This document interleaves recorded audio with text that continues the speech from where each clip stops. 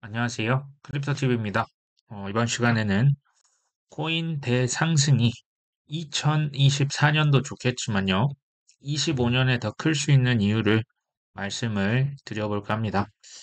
자, 그 전에 지난주에 나왔었던 여러 가지 좀 뉴스 중에 좀 저희가 주목해 볼 만한 뉴스를 제가 좀 추려왔습니다. 애널리스트 bitwise에서 뭐라고 했냐? 실물 자산, 이 토큰화 시장이 원래는 21년만 해도 제로였죠. 근데 지금 여기 토큰화 시장 규모가 55억 달러에 달한다. 우리 돈 한 7조 원 정도 되는 것 같아요. 근데 이걸 한번 살펴보니 부채, 그러니까 빚이 한 95.5%, 부동산이 3%, 주식이 1.3%, 원자재는 0.2%, 금 같은 거죠. 석유 같은 것도 이제 토큰화해서 거래를 이제 막 시작을 했다고 보셔야겠죠. 근데 제 눈에 확 들어왔던 게 사실 전 세계 부채입니다. 이 부채는요, 그러니까 국가의 채권을 말하고요. 또 기업 중에서도 부실 기업이 있겠죠. 이들 국채와 부실 기업의 채권을 토큰화 시켜서 뭘 할까요?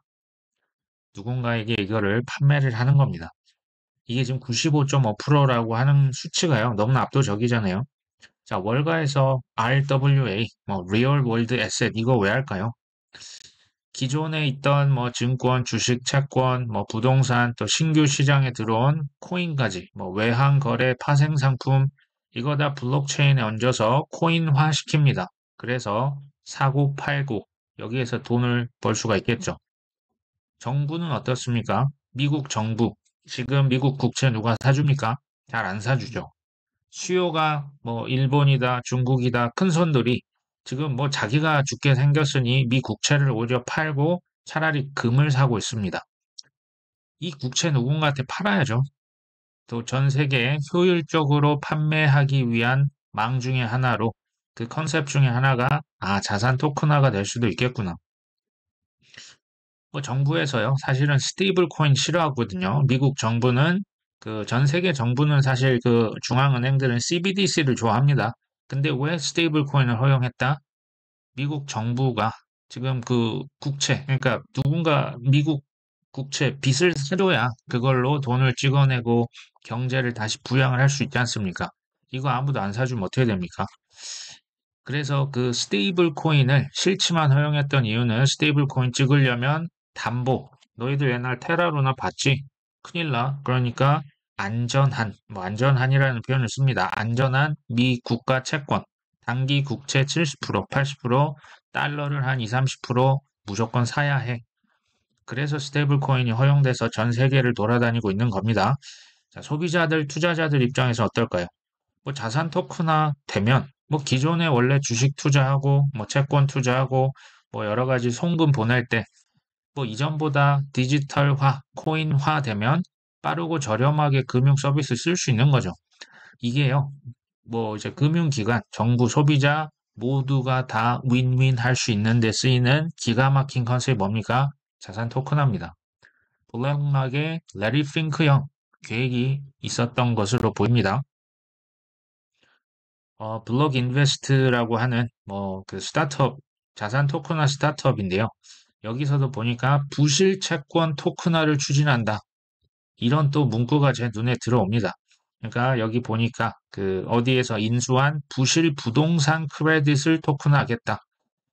공실률이 너무 엄청난데 이거 임대 누가 들어오지도 않고 그럼 그냥 그 빚이 어마어마하지 않습니까? 그럼 은행도 망가지고 다 같이 쓰러지는 구조죠. 지금 중국만 그런 게 아니고요. 미국만 그런 게 아닙니다. 전 세계가 사실 이 부실 부동산으로 골머리를 앓고 있죠. 지금 이탈리아에서 부실 대출 시장 규모만 수천억 유로입니다. 어마어마한 규모인데요. 전 세계 투자자들이 사실 미국의 연준 의장 입만 쳐다보고 있는 이유를 혹시 아십니까? 물론 미국의 달러가 아직도 전 세계의 기축 통화로서 역할을 하고 있는 것도 있습니다. 그 이제 영향력은 줄어들고 있죠. 동시에 전 세계 그 경제 주체죠. 국가든 기업이든 가게든 사실 생각해 보시면 GDP의 성장이 있고 기업이 이렇게 승승장구해 나가는 그 이면을 보면 사실은 빚으로 성장하는 경제입니다. 우리나라 뿐만 아니라 경제 주체를 떠나서 빚으로 이 긁는 거죠. 신용카드 긁으니까 그게 소비로 잡히고 그게 기업의 소득이 되고 뭐 세금이 납부가 되고 이런 구조예요. 빚으로 성장, 뭐 국가라고 해서 뭐 코로나 뭐 명분도 좋았잖아요. 빚을 내서 이제 살포를 하면 그걸로 GDP가 또 받쳐줬죠. 그간은 인구도 계속 증가를 해왔지만, 자, 앞으로는 어떨까요?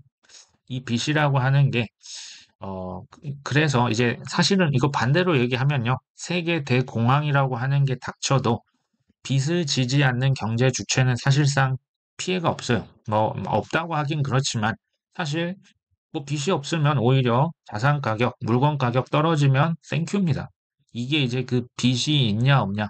이 빚 때문에 전 세계 달러빚 때문에 우리가 지금 연준 의장 입만 쳐다보고 있다. 근데 이제 빚이 많아도 너무 많은 게 문제 아닙니까? 그러니까 국가, 기업, 가게가 결국 어느 시점에 가서는 파산을 하는 경우가 있습니다. 그때마다 IMF가 와서 도움의 손길을 보내주면서 이제 그 기간 산업들을 다 가져갔던 과거 사례들이 많이 있었죠. 우리나라도 포함입니다. 근데 이제 이럴 때마다 각국의 중앙은행에서 사실 빚으로 돈 더 찍어내서 그럼 또 해결이 문제가 일시적으로 됩니다. 또 한번 파산했다가 또 돈을 찍어서 문제를 해결하고 이게 무한 반복이죠. 사실은 그 달러가 기축 통화, 전 세계에서 가장 많이 이렇게 쓰이는 통화이기 때문에 지금까지 이게 가능했었습니다. 자, 어찌됐건 이 RWA, 뭐 리얼 월드 에셋, 자산 토큰화라고 하는 게 전 세계 과도한 빚 문제, 이것을 효율적으로 판매, 그러니까 뭐 부동산 안 팔려 토큰화해서 이제 파는 거죠. 저 국채 아무도 안 사, 토큰화해서 전 세계의 수요처에 뿌려주는 이런 어떤 도구로서 역할을 할 가능성도 있는 것 같아요. 신박한 발명품인 것 같아요. 여러 측면에서 그렇죠. 자, 블룸버그 애널리스트 에릭 발추나스가 비트코인 현물 ETF 9종의 거래량이 급증하고 있다.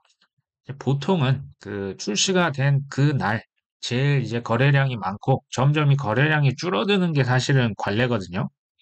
근데 급증을 처음에 이제 점점 가면서 뒤로 갈수록 거래량이 더 늘어난다. 이거 좀 보기 드문 현상이다. 이렇게 얘기를 합니다. 특히 피델리티와 그 블랙락의 비트코인 현물 ETF가 거래량이 굉장히 많다. 이 선두 자리를 놓고 두 공룡이 치열하게 싸우는 탓에 다른 운용사들은 좀 애를 먹고 있다고 하죠. 아무래도 뭐 비트와이즈나 뭐 바네크나 인베스코 사실 작은 회사들은 아닌데 워낙 큰 블랙락 피델리티이기 때문에 이런 일이 벌어지는 것 같아요. 자, 기관들에서 이건 이제 좀 다른 얘기일 수 있는데요. 그 미국의 국채, 뭐 회사 채권 이런 걸 좀 많이 사는 이유를 혹시 아실까요? 지금 이게 다 비트코인 ETF잖아요. 어찌됐건 기관들이 국채를 많이 투자하는 이유, 국채는 안정적이다. 뭐 미국 국가가 망하지 않는 한 이자가 따박따박 지급이 되는 거죠. 그리고 더 좋은 점은 그 주식과 상관관계가 약간 좀 역의 상관관계입니다. 주식이 오르면 채권은 좀 재미가 없고요. 채권이 오르면 주식이 재미가 없습니다. 그래서 해칭 차원에서도 국채를 많이 실은 투자를 합니다. 향후에는 어떻게 될 것이냐? 이제 크립토 팁이죠. 자, 비트코인 현물 ETF 좋습니다. 근데 저는 이 기관들이 이더리움에도 투자를 많이 할 수 있다. 이더리움의 가격 상승이 예상된다. 이유는 이렇습니다. 아까 국채가 안정적이라고 했는데요. 이더리움이 아직은 뭐 안정적인 그런 건 아니죠. 자, 큰 수익률을 하지만 줄 수가 있습니다. 다른 자산들, 뭐 국채 1년에 5% 받으려고 국채 투자하는 거거든요. 이더리움은 그냥 이자도 3점 몇 프로를 주지만 이 자체의 시세 차익도 많이 늘어날 수가 있죠. 그리고 타 자산과 역의 상관관계를 가지고 있습니다. 근데 대신에 이제 리스크도 크기 때문에 비트코인이나 이더리움은 처음에는 무조건 1%에서 3% 내외로 기관들이 투자를 할 겁니다. 비중을 낮추면요, 적게 가져가면서도 이제 수익률도 크게 가져갈 수 있는 효과가 있기 때문에 비트와 이더는 이제 뭐 거의 필수 픽이 되지 않을까 하는 생각을 해 봅니다. 코인쉐어스라고 하는 자산 운용사인데 비트코인 ETF가 지금 미국에서 출시가 됐는데 기존에 그 유럽에서는 원래 있었거든요. 비트코인 ETP라고 하는 상품이 있었는데 유럽에서 돈이 다 빠져나갔다고 합니다. 어디로 갔을까요? 이 미국으로 다 지금 ETF 그 비트코인 그쪽으로 자금이 몰려가고 있다. 이유가 의외로 좀 간단합니다. 유럽 대신에 미국에서 거래하는 것이 비용적으로 더 효율적이고 편리하다. 그러니까 수수료가 더 미국이 쌉니다. 그리고 이제 좀 더 편리하다. 유동성도 좀 더 풍부하겠죠. 거래도 좀 손쉬울 수 있다. 심지어 바로 위에 있는 캐나다 비트코인 ETP의 유출량도 눈에 띄게 급증했다. 이게 참 미국의 힘인 것 같습니다. 저는 이제 그 비트코인만 보면 지금 이런 현상이 벌어졌다면 저는 알트코인들, 특히 이더리움을 비롯해서 뭐 솔라나, 아발란체, 체인링크, 폴카닷, 탑 10, 탑 20에 있는 우량 프로젝트들 ETF가 나올까요? 저는 나올 거라고 봅니다. 그냥 이런 코인들 사놓고 가만히 기다리면 이 지금 그 비트코인에서 벌어졌던 일들이 이 알트코인 시장에도 정확하게 벌어질 거라고 봅니다. 리플 뉴스가 하나 나와서 제가 봤는데요.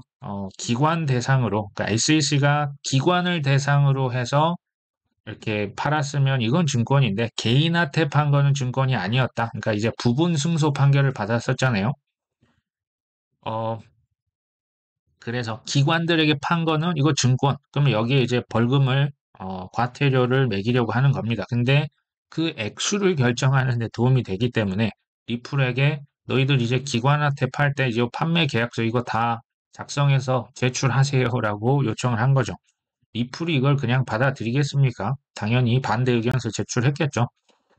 지금 한번 가만히 작년에 일어났던 일들을 생각해 보면요. 비트코인 현물 ETF가 승인됐던 1등 공시는 사실은 그레이스케일의 소송입니다. 그레이스케일이 SEC를 그냥 이겼었잖아요. 그렇기 때문에 SEC도 더 이상은 이렇게 뒤로 미룰 수 있는 명분이 없었죠. 리플 소송은요, 이게 SEC와의 소송이 올해 2분기로 지금 배심원 재판이 예정이 돼 있거든요. 이게 모르겠습니다. 또 뒤로 미뤄질지도 모르겠어요. 그러니까 생각보다 오래 걸릴 거, 우리 리플 투자자분들 그냥 없는 돈 치시는 게 좋을 것 같습니다. 자, SEC가요, 그 나스닥 또 CBOE라고 하는 곳에서 그 옵션 거래, 비트코인 ETF로 옵션 거래를 할 수 있는 신청서를 접수합니다. 이게 이제 선물 다음에 이제 옵션인데요. 옵션은 이제 뭐 위냐 아래냐 뭐 살 수 있는 그 권리, 그 옵션을 주고 파는 것입니다. 이제 코인 투자 제가 뭐 월가의 탐욕에 베팅하는 것이다라는 말씀을 드렸었죠. 자, 비트코인 이 순서입니다. 비트코인 원래 선물이 이렇게 상장이 됐었죠. CME에. 그 다음에 선물 ETF가 승인이 됩니다. 이게 21년이었고요. 현물 ETF, 뭐 오래 걸렸지만 지금 올해 이렇게 승인이 됐죠. 그 다음 각종 옵션, 뭐 파생 상품, 뭐 레버리지, 뭐 2배, 마이너스 2배, 마이너스 1.5배, 뭐 별의별 비트코인 파생 상품이 지금 이제 나오고 있습니다. 비트코인이 이러면 이더리움 가만히 있을까요? 그러니까 비트가 만약에 안 됐다면 저도 이렇게 말씀 안 드릴 겁니다. 근데 비트가 한번 물꼬를 열었다면 월가의 탐욕, 비트코인 하나로 만족을 할까요?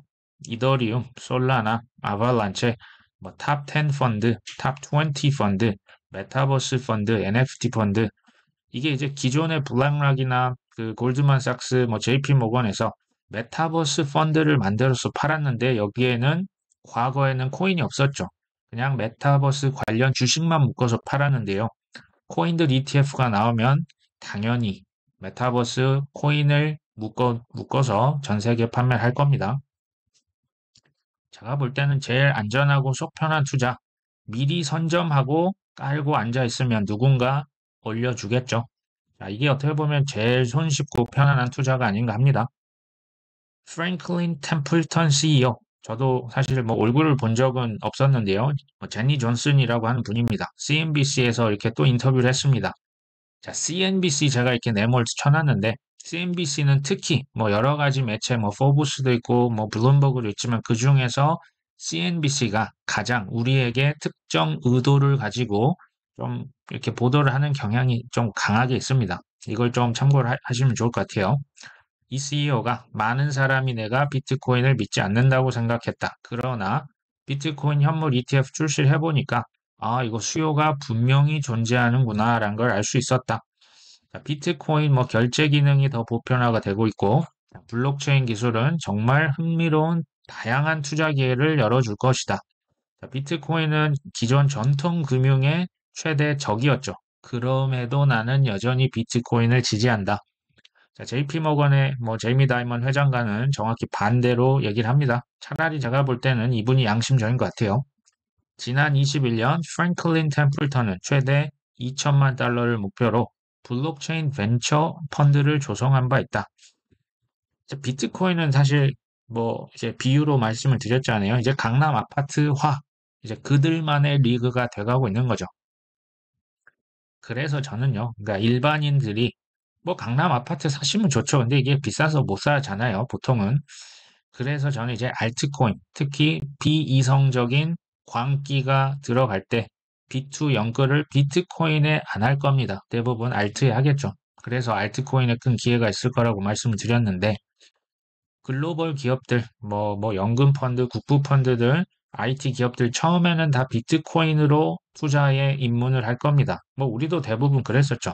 근데 점점 갈수록 이제 알트코인도 이제 플러스 알파 개념으로 섞어주기 시작할 거라는 거죠.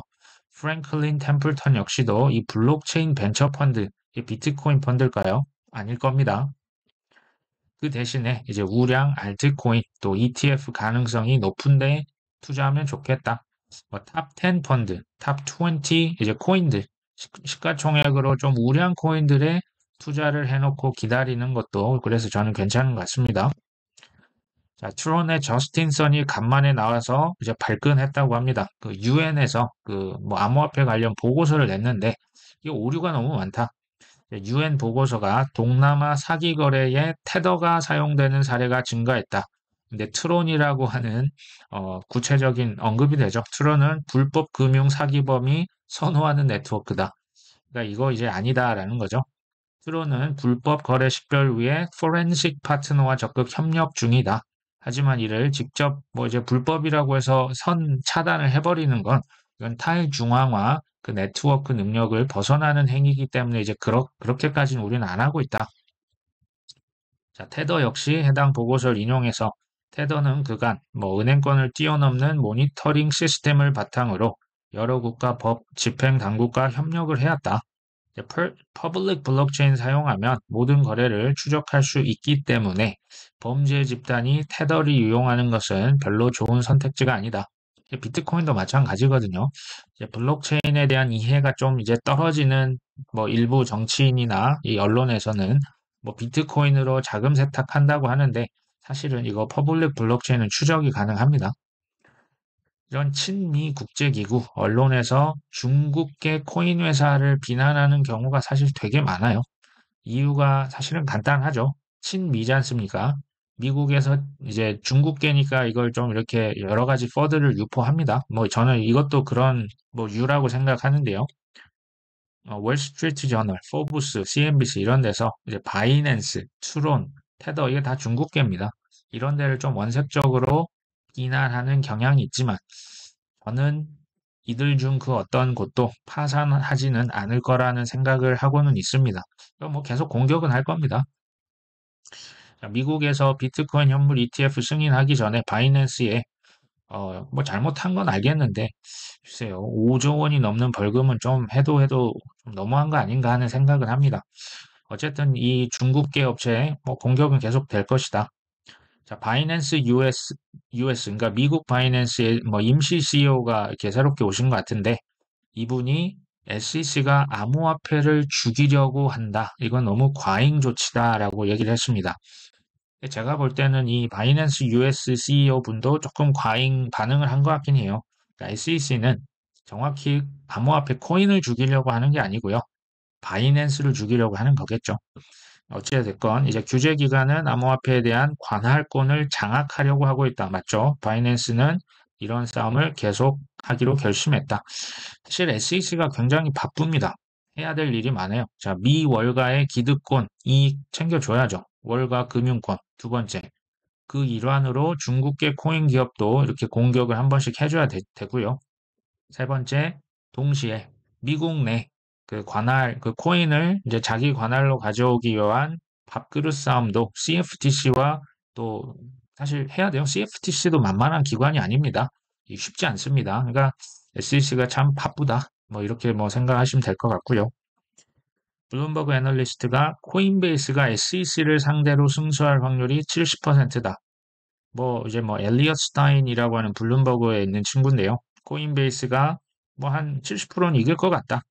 자, 법원이 이제 코인베이스는 이 SEC의 소송 자체를 기각해달라고 요청을 했습니다. 사실 바이낸스도 똑같이 요청을 했는데 법원에서 이거를 받아들일지 말지 결정해야겠죠. 이게 이제 안 받아준다면 이제 재판으로 가는 거죠. 증거 개시 절차로 그럼 넘어갈 거고 양측은 약식 판결을 요청할 수가 있습니다. 근데 약식 판결도 기각이 된다. 정식 재판으로 넘어가면 25년까지 판결이 간답니다. 이게 이제 뭐라고 이것도 25년까지 갈까요? 심증은 있습니다. 근데 물증은 없는 뭐 저의 어떤 개인적인 의견입니다. 참고를 해주시면 될 것 같아요. 100%라고 하는 보증은 못하고요. 블랙럭에서 코인베이스라고 하는 곳에 투자를 사실 많이 했습니다. 이 거래소에 뭐 피델리티도 했고요. 뭐 엄청난 그 월가의 거물급 그 금융기관들이 코인베이스, 마이크로 스트래티지 뭐 이런 뭐 채굴 회사에 주식 엄청 투자를 했습니다. 그리고 지금 리플 소송 걸고 있는 리플이요. 또 스위프트 이제 그 미국 친미국 그 국제 송금 기구 중에 하나가 바로 스위프트거든요. 이 스테이블 코인 CBDC. 그러니까 이게 뭐냐면요. 국제 뭐 송금 시장, 디지털 금융 시장을 놓고도 지금 경쟁이 장난이 아닌 겁니다. 그러니까 리플에 일단 소송을 걸어놔서 가격 좀 눌러놓고 좀 발전 속도를 좀 이렇게 의도적으로 낮추는 거예요, 이게. 자, 스위프트도 그렇고 서로 이제 좀 그 경쟁을 하죠. 스테이블 코인 이미 전 세계에서 많이 쓰이고 있는데 또 미국 입장에서는 스위프트를 또 버릴 수도 없습니다. 그러니까 이제 좀 쉽지 않죠. 뭐가 됐던 이런 뭐 리플이 됐건 뭐 스테이블 코인이 됐건 파괴적인 혁신 기술이 나타나면 기본적으로 1차적으로 기득권층은 로비를 해서 그 기술을 사실은 죽이려고 먼저 시도를 합니다. 근데 스테이블 코인은 지금 떠 안 왔고요. 리플은 조금 늦춰놓고 있을 뿐입니다. 리플과 뭐 코인베이스, SEC 간의 어떤 소송들, 또 스테이블 코인 법을 좀 의도적으로 이걸 지금 올라가 있지만 통과를 안 시키고 있거든요. 저는 이게 의도적일 수 있다고 봅니다. 제가 보면 리플과 코인베이스, SEC, 월가, 뭐 주요 언론사들 제가 볼 때 이거 다 지금 한 통속 아닌가? 이게 24년 올해 이게 되면 좋겠지만 25년까지 가져갈 가능성도 제가 볼 땐 있어요. 아니면 24년 말까지도 끌고 갈 가능성이 농후해 보입니다. 이 소송들 어떻게 될지. 그리고 뭐 테라루나의 건도형 지금 재판. 뭐 지금 재판 시작도 제대로 안 합니다. 뭐 미국으로 가냐, 한국으로 가냐. 저기 누굽니까? 그 샘뱅크만 한번 좀 지켜볼 필요가 있을 것 같습니다. 이제 BIS, IMF, 뭐 각종 이런 소송들, 법이 뭐 이제 통과만 되면 뭐합니까? 시행을 시켜야 되는데 시행 시기를 계속 뒤로 늦추고 있습니다. ISO 국제표준, 이것도 25년 11월까지 이제 하거든요. 이게 뭐 좀 시간을 자꾸 25년 그 이후로 늦추려고 하는 작업이 아닌가. 자, 이를 위해서 그럼 올해 굉장히 바쁜 한 해가 되어야겠죠. 이게 시간이 많이 또 걸리는 부분도 있고요. 결론은 항상 똑같아요. 자, 25년까지 바이 더 딥 하시고, 24년도 특히 올해 좋은, 뭐 지금도 어떻게 보면 조정이잖아요. 존버해야 될 이유가 제가 볼 땐 너무나 명확합니다. 자, 우리나라의 신현송, 어, 이제 BIS 통화경제국장이었는데, 아니죠. 그 이전에 이제 경제보좌관 조사국장님에서 이제 통화경제국장, 한마디로 조금 그 신분이 더 높아졌다 할까요? 목소리가 이제 BIS에서 좀 더 커졌습니다. 우리나라의 중앙은행, 한국은행 이창용 총재도 작년 BIS 글로벌 금융시스템위원회의 의장을 맡았었습니다. 이게 의미하는 바가 뭘까요? 우리나라에서 얼마 전에 CBDC 도입이 시급하다라고 했던 거 기억나십니까? 이렇게까지 CBDC를 대놓고 밀 수 있는 나라가 사실은 별로 없어요. 그 나이지리아도 CBDC 한다고 했다 다 뒤집어 버렸거든요. 시민들이 폭동을 일으킵니다. 미국도 지금 그 도널드 트럼프도 자기가 대통령이 되면 CBDC 도입하지 않겠다라고 선언합니다. 그만큼 이게 민감한 이슈거든요. 근데 우리나라에서 이걸 뭐 대놓고 이렇게 도입한다? BIS, 그 뒤에는 BIS가 있습니다. 자, 이거 우리나라에 상대적으로 매우 빠르게 들어오지 않을까. 사실 저는 CBDC 당연히 반대입니다. 이건 나중에 우리가 어떤 뭐 운동이라도 해야 되지 않을까 싶습니다. 우리 프라이버시가 다 없어지는 거거든요. 자, BIS 이게 이제 22년 12월 19일자 기사인데요. 은행에서 비트코인 준비금 허용액을 1%에서 2%로 확대합니다. 이게 뭐 그렇게 큰 호재야라고 하실 수 있겠죠. 제가 뒤에서 말씀드릴게요. 이게 25년부터 또 이런 25년이라고 또 하고 있죠. 25년부터 이게 시행이 되는 겁니다. 자, 25년부터 은행 준비금으로 비트코인, 뭐 여기 암호화폐 다 포함됩니다. 최대 2%까지 보유할 수 있게 됐다. 지금 한번 생각해 보세요. 이거 22년 12월 19일자 기사거든요. 은행에서 비트코인을 현물을 가질 수 있는 방법이 뭐가 있습니까? 비트코인 현물 ETF만 가능하죠. 그러면 이게 이미 지금 올해 이렇게 승인이 되는 게 답정너 정해져 있었다는 얘기가 사실은 됩니다.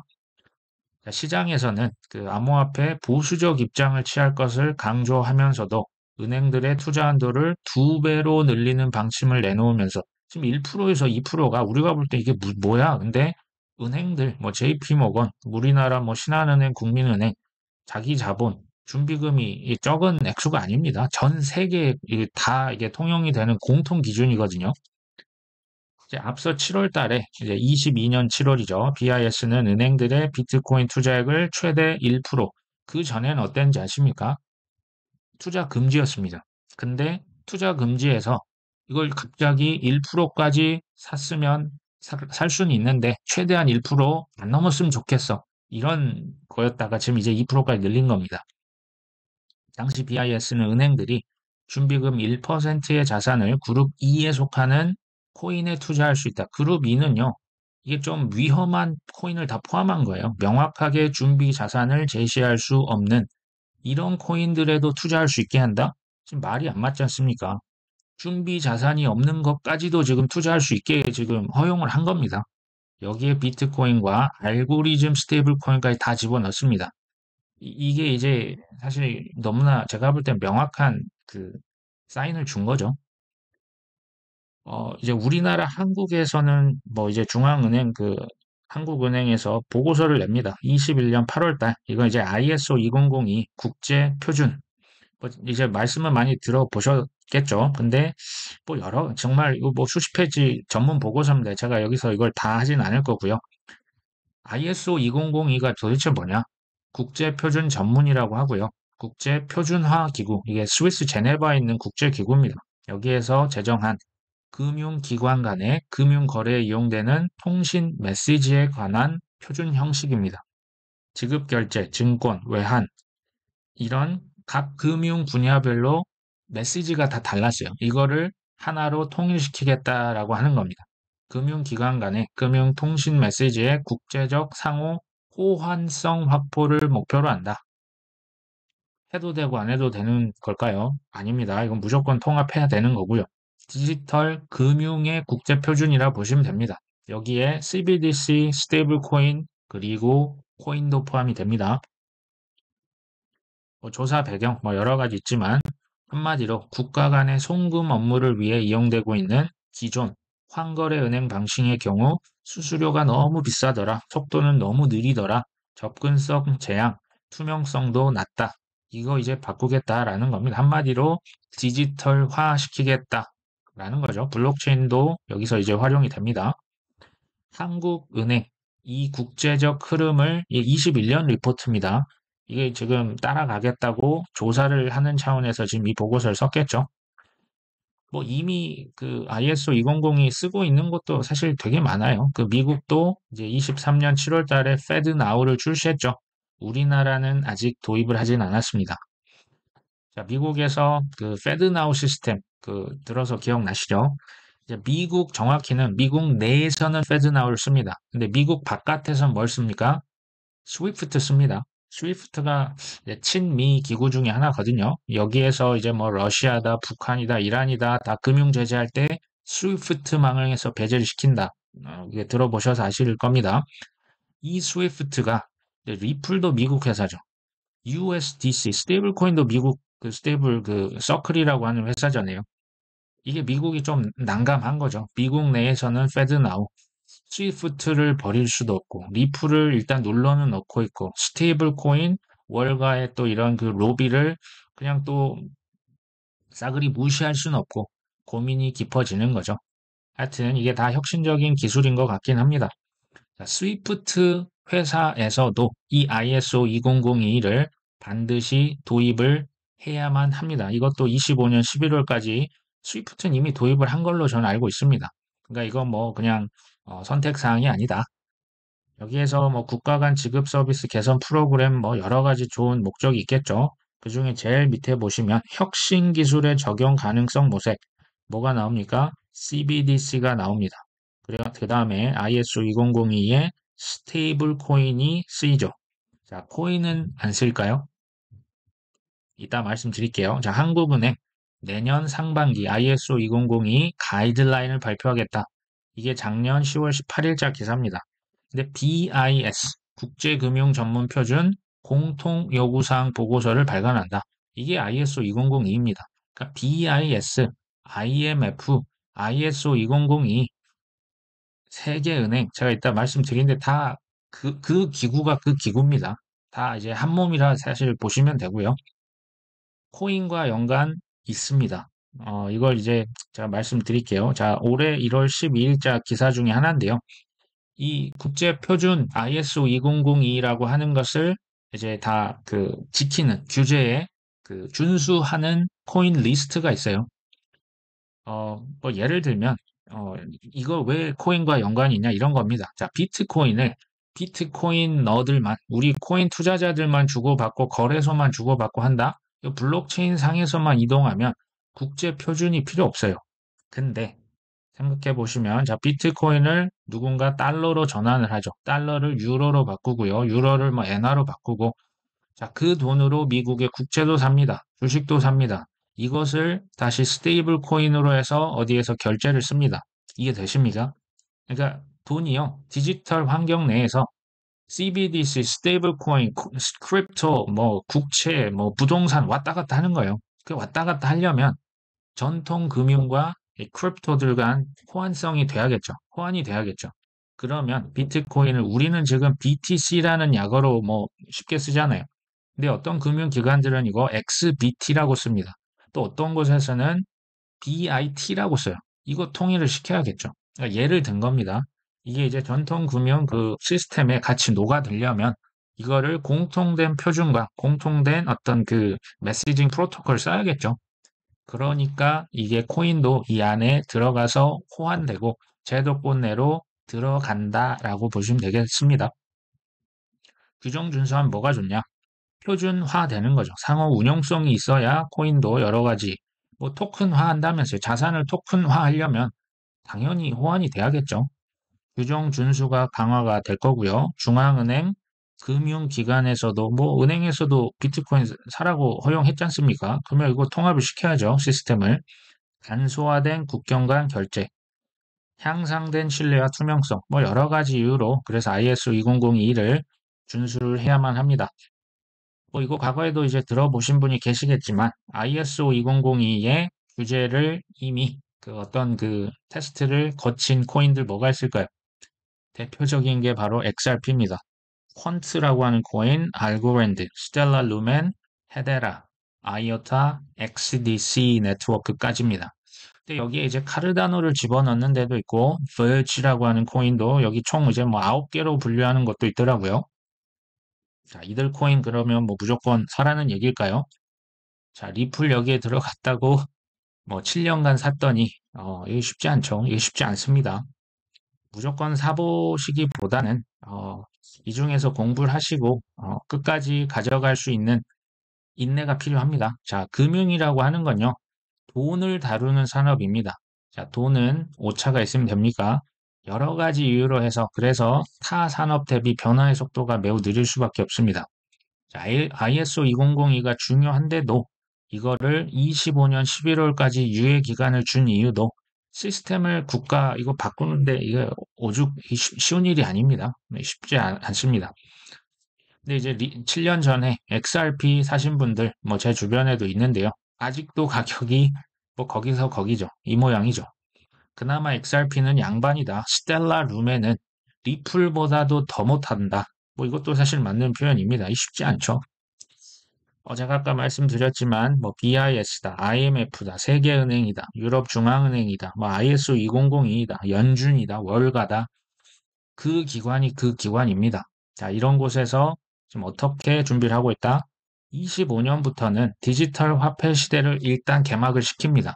근데 이게 이제 완벽하게 그 자리를 잡고 정착이 되려면 한 27년까지도 보는 것 같아요. 시간은 좀 더 걸릴 수가 있겠죠. 하지만 그럼에도 이제 이게 이제 확정된 미래라고 본다면 올해 있는 뭐 지금에 했던 뭐 조정을 포함해서 모든 조정 우리 같은 이제 범인들이 일반인들이 더없이 아름다운 그 부를 창출할 수 있는 너무나 아름다운 매수 기회가 아닌가라는 생각이 듭니다. 오늘 방송 여기까지 합니다. 끝까지 시청해 주셔서 감사합니다.